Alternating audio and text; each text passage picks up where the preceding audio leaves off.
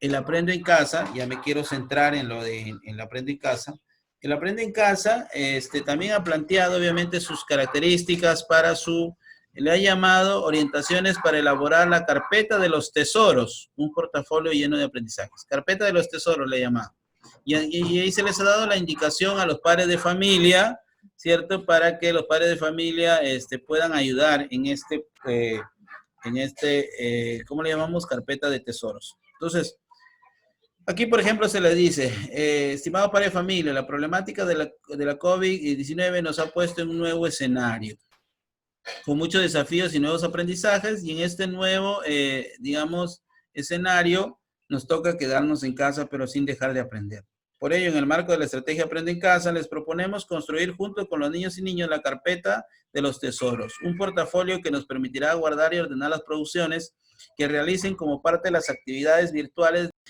¿Qué es la carpeta de los tesoros? ¿Qué es el portafolio de inicial, no?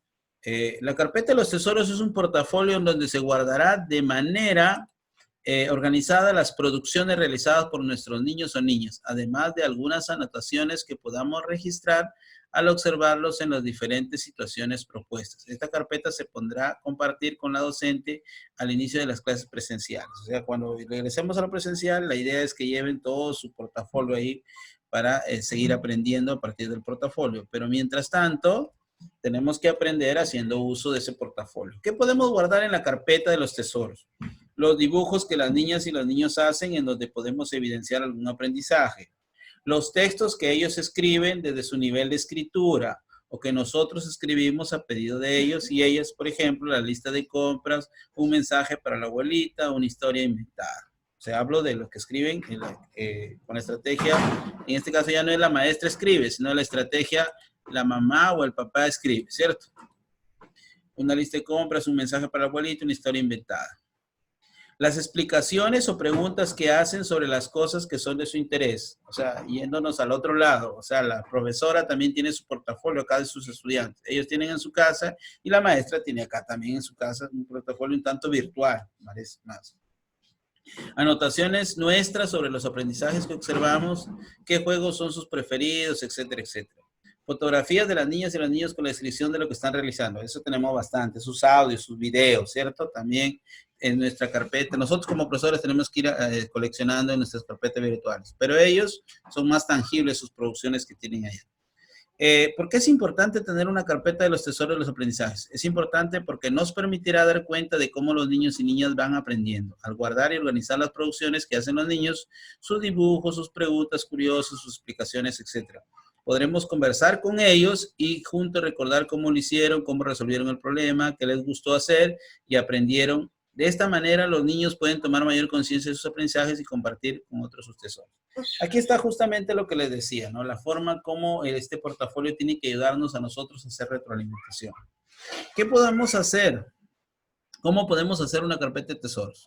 Puedes usar un cuaderno que tenga hojas que no se hayan utilizado el año pasado, ¿no? O puedes utilizar un folder, qué sé yo, útiles de escritorio, lápices de colores, plumones, bueno, para darle, eso es para darle, digamos, la apariencia, una mejor apariencia a nuestro portafolio, ¿no? Ahora, recuerden, existen muchos momentos del día que son una oportunidad de aprendizaje. Por ello es importante que registren, escribes, tomes fotos, dibujes aquello que creas que va logrando tu niña o niño en lo que muestra. Esto hay que conversarlo obviamente con los papás, ¿no? Como los papás, obviamente que son por ahora como nuestros auxiliares. Te propongo una idea para registrar aquello que va logrando tu niño o niña. ¿Qué veo, qué escucho, no? Cosas que le podemos pedir a los padres de familia para que nos ayuden. Algunas sugerencias, ¿no? Puedes colocar en los dibujos o los escritos que hace tu niño o niña una breve descripción. Por ejemplo, si te dice dibujado un dinosaurio, puedes decirle, ¿te gustaría que lo escriba? De tener una respuesta afirmativa, escribe lo que tu niña o niño te dicte en un lugar que no tape su dibujo. Son consideraciones que hay que darle, obviamente, porque se supone que este portafolio le hemos tenido que en algún momento conversarlo también con los papás para que sepan cómo van a ir compilando. De igual manera, puedes guardar los registros que haces de los aprendizajes que vamos observando. Por ejemplo, al contar las gallinas, Lucía dijo primero 4, pero eran 5. Luego volvió a contar sin que yo le diga y pudo encontrar la gallina que le faltaba. Entonces dijo 5. Cuando leí un cuento a Juan parecía que no le gustaba, pero después de 3 días veo que sí le gusta. Ahorita me dice cuento y lo señala. De ser posible, coloca fotografías o dibujos sobre los procesos de tu niña o niño. Cada cierto tiempo, puede ser cada 10 días o cada vez que observe algo importante, puedes describir 2 estrellas y un deseo para recoger algunas evidencias de lo que tu niño o niño va aprendiendo. Esto consiste en describir 2 aprendizajes que hayan observado, 2 estrellas y algún aspecto que se necesite fortalecer, un deseo, ¿correcto? Algunos consejos para armar el portafolio y guardar el contenido. Denle identidad. Pregúntale a tu niño o niño cómo desea que se vea su portafolio. Puede crear un dibujo o hacerle una carátula. Hagan un listado de lo que va a contener o de lo que va, ¿cierto? De todo aquello que van colocando, por ejemplo, dibujo del cuento, un tipo de índice, ¿no? Separen por semanas, como habíamos dicho, porque la programación semanal lo ideal es por semana. Y guarden junto con sus producciones, coloquen junto, dice a tu niño o niño, cada material en el portafolio. Este reflejará sus procesos de aprendizaje, pero también el trabajo en equipo que han realizado junto con otros estudiantes, probablemente. Entonces, en inicial, como les decía, así se va a trabajar de la mano con los padres de familia la carpeta de los tesoros, que es su portafolio. ¿Correcto? Termino la idea con los amigos de primaria y secundaria también acá. Termino la idea, ¿no? En este caso, los trabajos que vamos haciendo, ¿cierto? Acá sí, es para los estudiantes, ya no a los padres de familia, sino hay que conversarlo con los estudiantes, ¿cierto? Sobre la estrategia Aprende en Casa, que nos está dando varias producciones. En este caso, que es un portafolio, hay que conversar por qué es importante tener un portafolio, cómo puedo hacer mi portafolio y cómo evalúo mis trabajos, ¿no?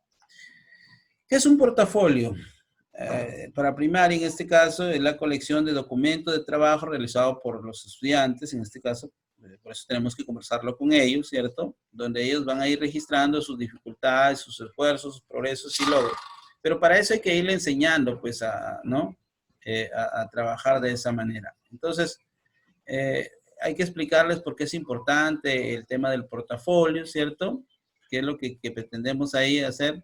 ¿Cómo podemos hacer el portafolio también con su carátula y todo lo que queremos ir apilando ahí, ¿cierto? También podemos inclusive reusar algún material para ir haciendo nuestro folder, digamos, ahí de colección de trabajo, ¿no? Hay que colocarle la carátula, ¿cierto? Darle identidad, como decimos. Hay que elaborar un organizador de actividades por semanas, ¿cierto? Y en el caso primario se pide hasta una ficha de autoevaluación, ¿no? Hojas de evaluación. Por ejemplo, la fecha del trabajo, cuando se culminó, la experiencia de aprendizaje, cuál ha sido. Observa el trabajo y escribe lo que ve. Dice, ¿qué logré hacer en mi trabajo? ¿Qué fue más fácil para hacer? ¿Qué puede mejorar en mi trabajo? ¿Cómo puedo hacer para mejorarlo? Otras ideas que quiero escribir sobre mi trabajo, ¿cierto?